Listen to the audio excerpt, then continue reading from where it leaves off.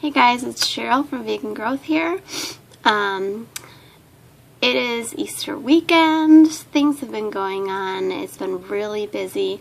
I know I promised you guys a video that is going to blow your mind. It might make some people upset. I don't know. We'll see. But I really want to get my thoughts together for that video, so I am not making it right now.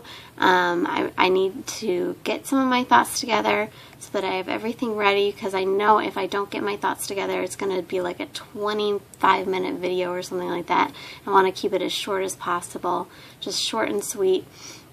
I know you guys all like those short and sweet videos. I don't like watching long videos either. So right now I'm just going to go over a couple things from some of my past videos that you may have questions about.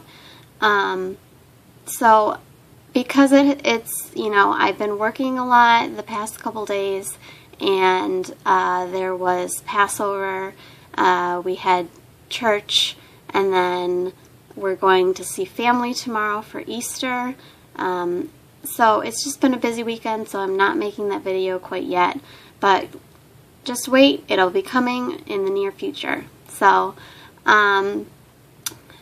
one thing I wanted to talk about was how my almond milk tasted, like the taste test when it was cooled down after it had been in the fridge and all the flavors had been combined.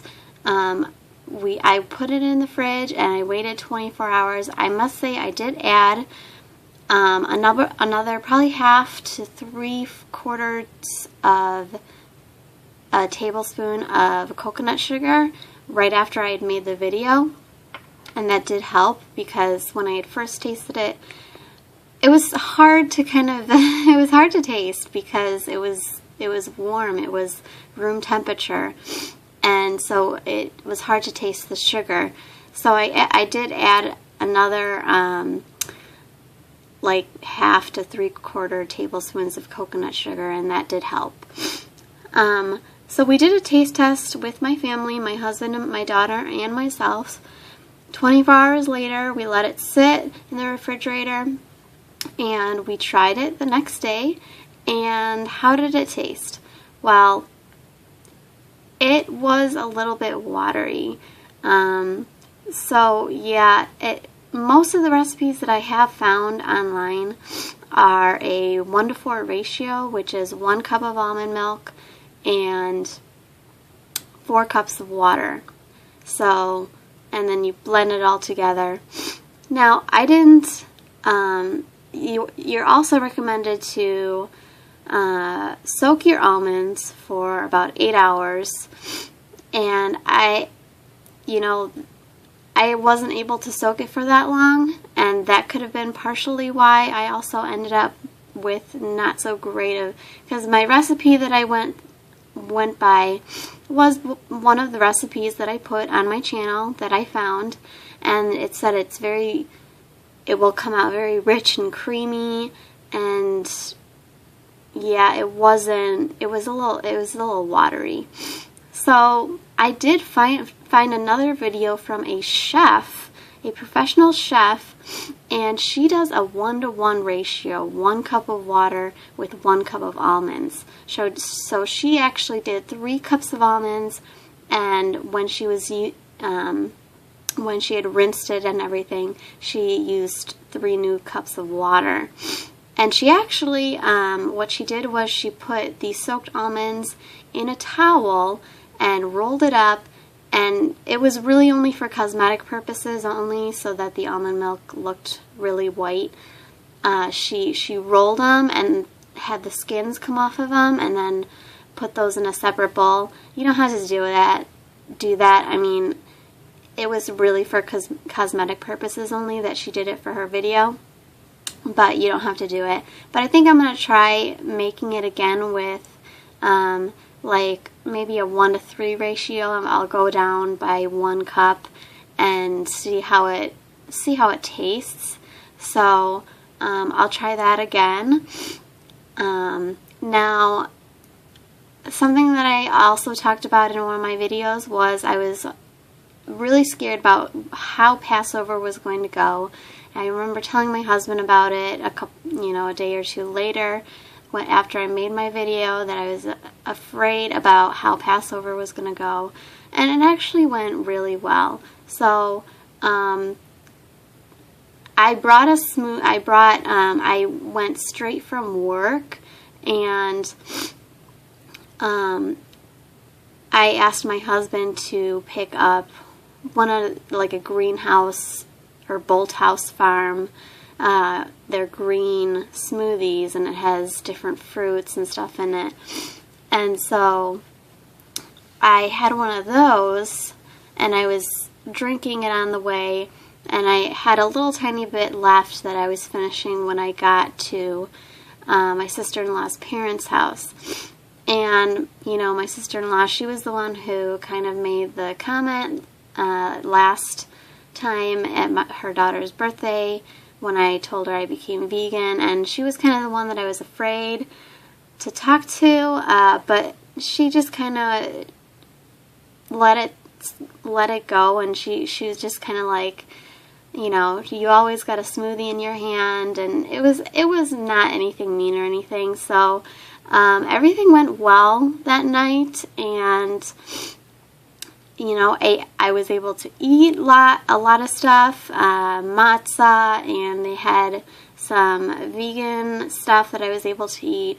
And I had brought my backup of my smoothie that I drank before I even ate. So I did perfectly fine. I didn't even really need to have the smoothie, but I was hungry anyway because I had been working for a couple hours. So that went well, and I'm really glad that it went well with all the family. I am going to be seeing the other side of the family tomorrow, so my husband's family. So we'll see how that goes, and that for Easter. So now my video that I did on hyperkalemia. How do I feel now after I haven't been having bananas for several days? Well, that smoothie that I brought, it did contain a puree of 1 banana. It was a pretty large smoothie though, and it had like all different kinds of fruits, like a couple apples, kiwi. It had 1 banana. It had I can't remember everything, but I know I've shown you probably the bottle before. If not, I will show you in the future, because I do drink them every once in a while because they're just very convenient, and I do have a busy lifestyle, and so it does help having them every once in a while. So I feel so much better. My back pain completely went away. I'm going to start introducing, I did actually start introducing bananas, because yesterday, which was oh my god, working overnight makes me crazy. I can't remember. Yesterday was Saturday, so for breakfast I did start incorporating I had a small banana on whole wheat, whole grain toast with a little tiny bit of organic peanut butter, and then banana on top, just cut up banana all over it. And it was a small banana, but just kind of working my way up back into eating bananas. And so that went over really well. And so I'm going to start introducing bananas again back into my diet, doing smoothies and stuff like that. I may lay off the cinnamon because cinnamon can also cause, depending on what, there are like 2 types of cinnamon, and I want to look into that a little more. And if you have too much cinnamon in your diet, it can cause, and if you have the wrong type of cinnamon, even if it's organic, you can have some adverse reaction to that and some adverse effects. So I will do a video on cinnamon in the future. I have all these videos, all these ideas that I need to get down, and but it's just a matter of time, so I will be doing them. Now, how am I doing after my seizure? That's another thing that I had my seizure on Tuesday.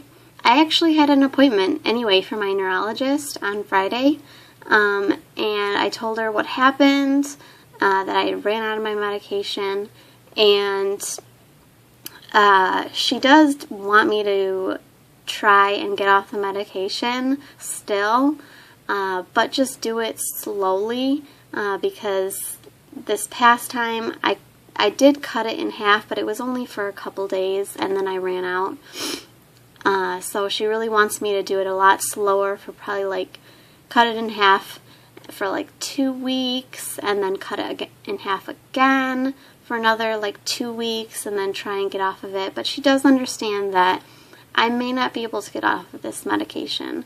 As long as I'm off the other medication that I was on, the Depakote, that was the one that would really be bad if I wanted to get pregnant. So I'm glad I'm off that one, and I'm on a better drug, but she does want me to be on a solo, just one medication. So she wants me to try and do that, and we're going to try and do that, and if it doesn't work out, then that it's still okay, as long as I can hopefully try and at least maybe cut in half, because I was doing okay when I cut it in half for those couple days. So after my seizure, I was tired and didn't remember everything,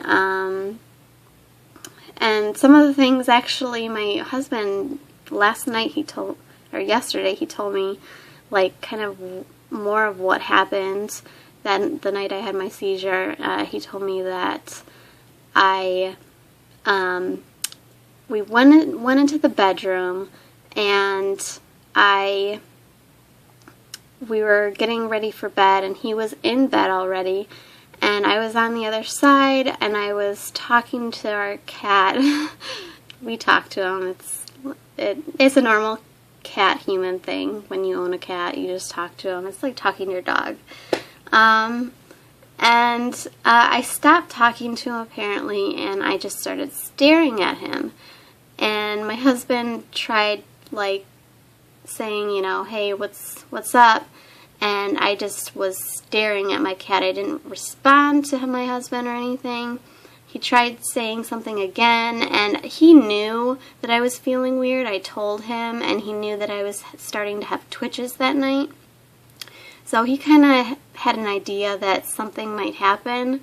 So the second time he tried getting my attention, and I was just staring at my cat and our cat, and he's like, oh no. And so he got out of bed, and he raced and went around bed, and he caught me, thankfully. So I wasn't really around anything hard, but just he caught me so I didn't fall on the ground. And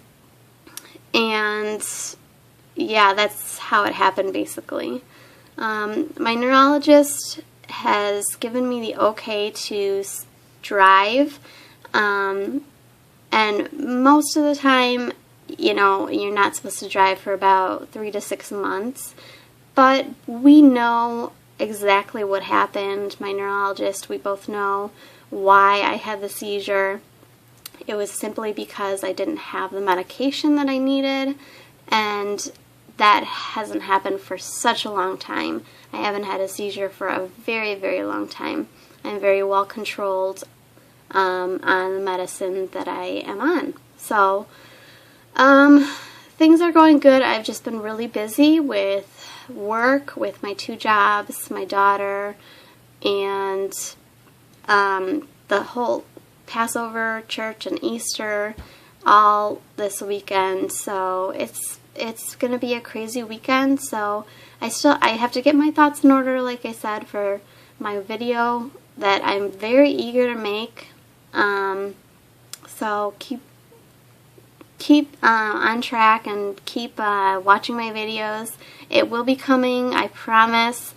But I hope you guys have a great I hope you had a great, well, whatever you guys celebrate, Easter and all that. and have a great weekend. So I will talk to you guys later. Bye.